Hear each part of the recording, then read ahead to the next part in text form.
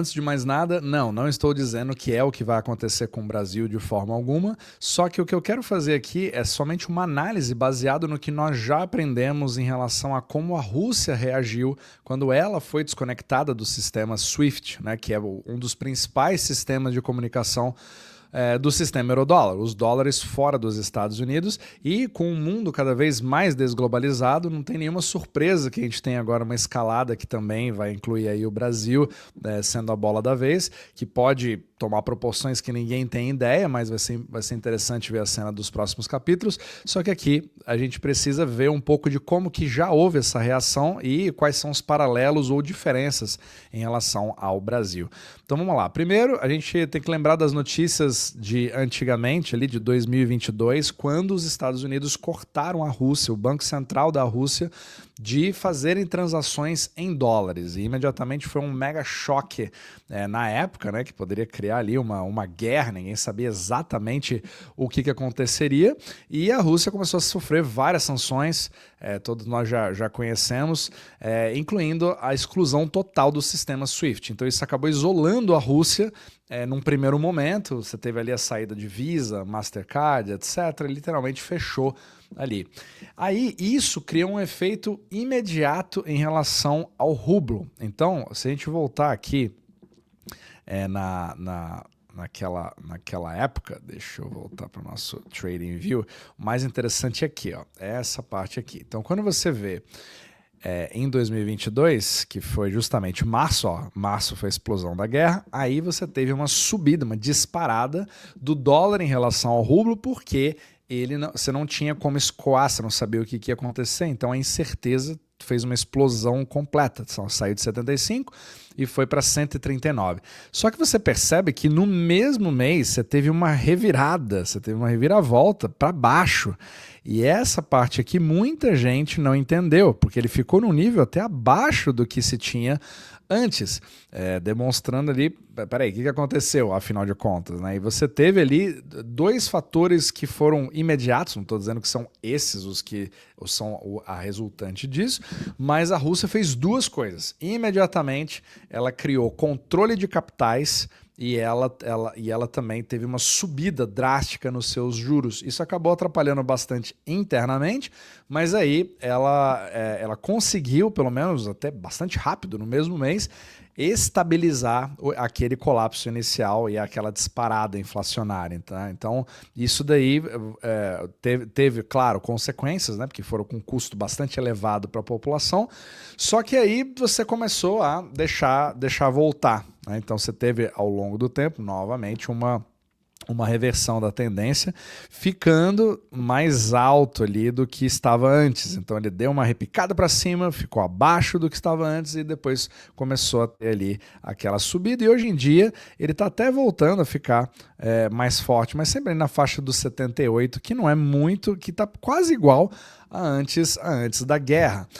E aí, então como é que você conseguiu manter tudo isso? Essa talvez seja a parte mais importante de todas, porque o fato de você estar cortado do sistema ou ter sanções não significa que você não consiga acessar dólares e não significa que você não consiga participar do comércio exterior. É claro que atrapalha e muito, só que a obrigação, a situação onde você se encontra, obriga você a encontrar soluções. E lembrando, isso não é uma substituição de todo o sistema, mas sim uma forma de usá-lo sem você dar ali um flag nas sanções. Inclusive, o próprio surgimento do sistema eurodólar, muitos não sabem, mas ele nasceu na própria Rússia, no caso a União Soviética naquela época. Eu inclusive compartilhei, eu tenho um artigo que eu fiz exclusivamente aqui no Substack sobre esse assunto, recomendo fortemente você dar uma olhada, explicando ali como que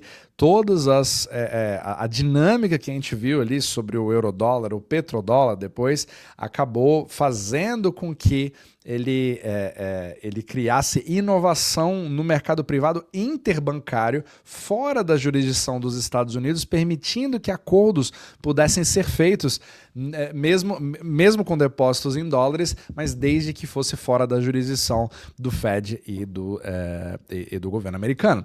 Então isso acabou permitindo a Rússia poder se proteger de sanções em cima dos seus ativos denominados em dólares vindo dos Estados Unidos em acordos bancários. É por isso que nós temos um grande buraco negro no sistema eurodólar, porque isso permite você trabalhar com bancos intermediários que vão te ajudar a movimentar mesmo que você não tenha acesso direto àquelas contas. Então, se você tem alguém que te deve, você pode fazer aquela conta de padaria, porque afinal de contas dinheiro é mensagem.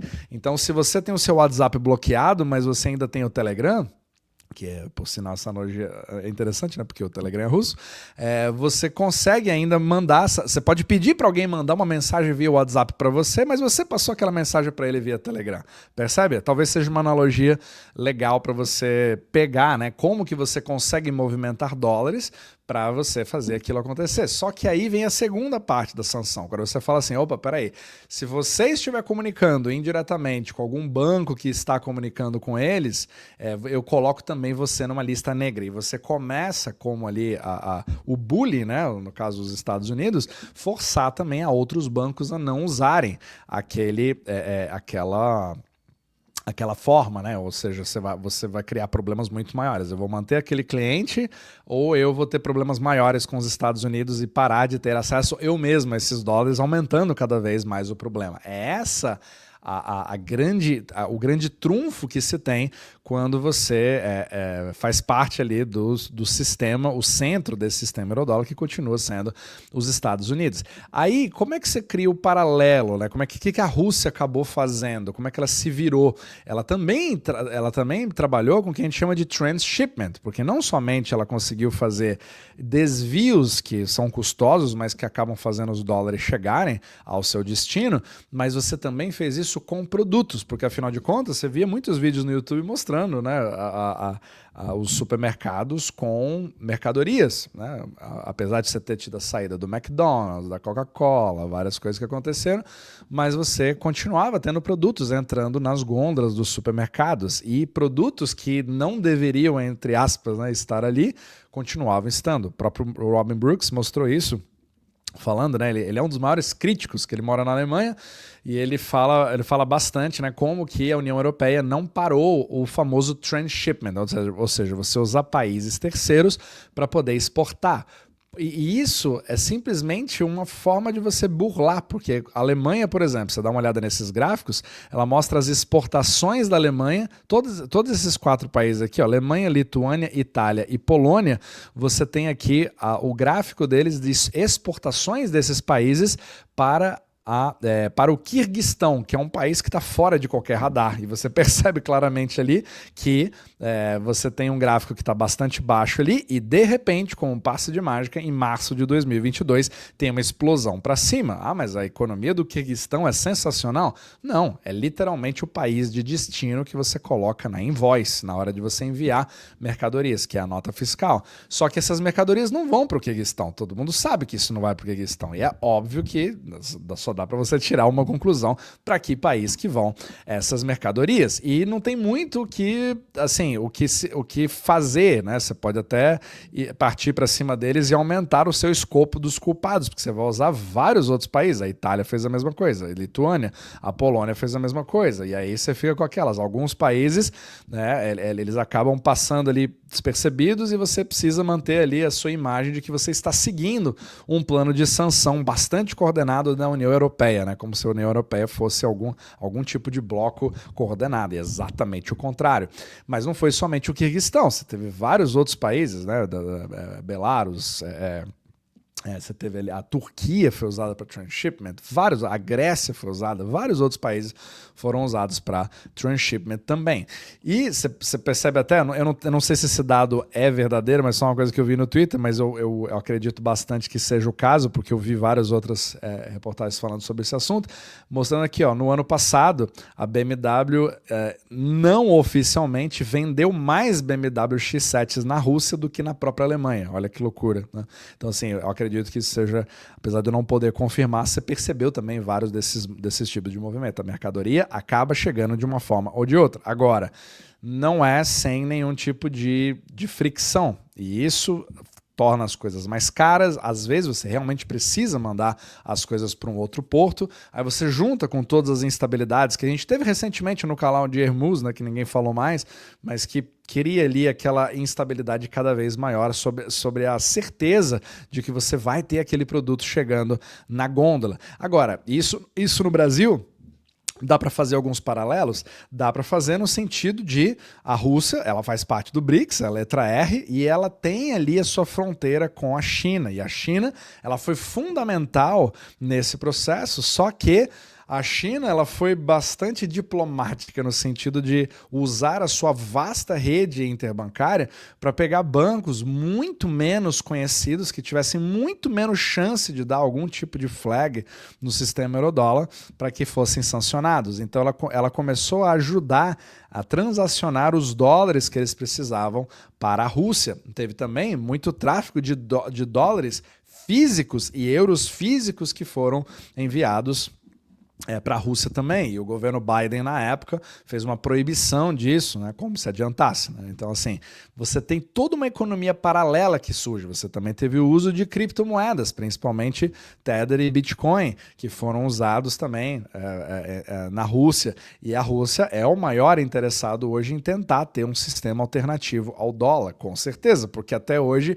eles ainda estão com o mesmo problema. Só que na Rússia houve uma criação de um sistema interno que aí já traça alguns paralelos com o próprio Pix no Brasil, que é o sistema MIR, que hoje faz toda aquela... acho que está até escrito aqui, não sei se ele... que é o sistema MIR, isso. Que é um pagamento, é um ecossistema alternativo de pagamentos que inclui cartões para usuários mesmo. Então aqui é um cartão feito pelo o Banco Central russo chamado de MIR, que acho que chama PAS, né, em russo, não tenho certeza. E aí foi usado ali, está sendo bastante usado internamente, mas externamente ainda tem todas as sanções acontecendo. Então assim, existem rumores de que a Rússia vai voltar a ser ligada para o sistema, mas ainda não está bem confirmado, etc. Agora com o Trump, né, todas essas negociações. Então tudo isso pode acontecer. Só que aí fica a questão, o Brasil, tudo isso depende, né, para você avaliar os paralelos com o Brasil, de o quão importante é aquele parceiro para o seu maior parceiro, no caso a China, que é o mesmo caso da Rússia, então eles têm isso em comum.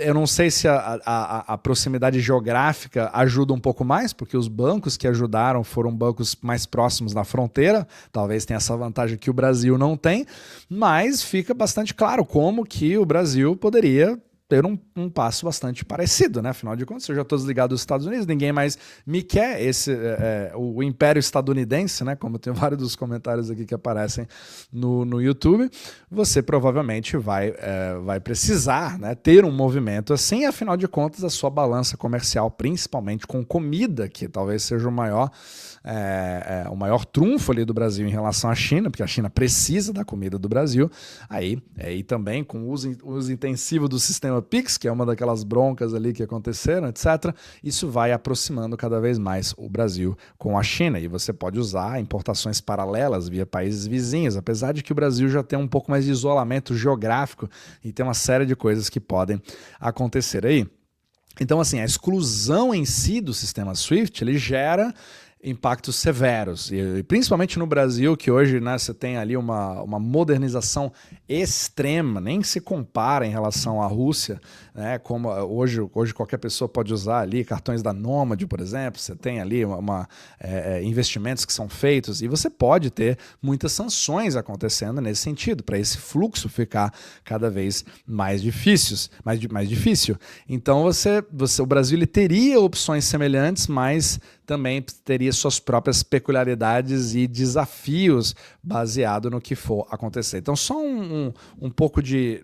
tentando provocar um pouquinho, né, um experimento, né, para você ver um pouco de como que dá para traçar certos paralelos, e vai depender realmente das cartas que você tem para ver se um parceiro como a China, por exemplo, que seja o mais provável, vai ter ali estará disposto, né, a entrar nesse fogo cruzado, sendo que você quer manter tudo acontecendo, né? Assim, pelo menos dos dois lados, né? Tendo um acordo com os Estados Unidos, etc. Ou, enfim, o jogo de xadrez está bastante interessante, então vamos ver a cena dos próximos capítulos, mas tem bastante coisa que a gente pode aprender com a Rússia. Inclusive, eu vou fazer um artigo especificamente sobre esse assunto que você vai ver também no Substack, com todos os detalhes do que eu acabei de falar, para você ver exatamente toda a história de como que foi esse corte em relação ao sistema SWIFT da Rússia.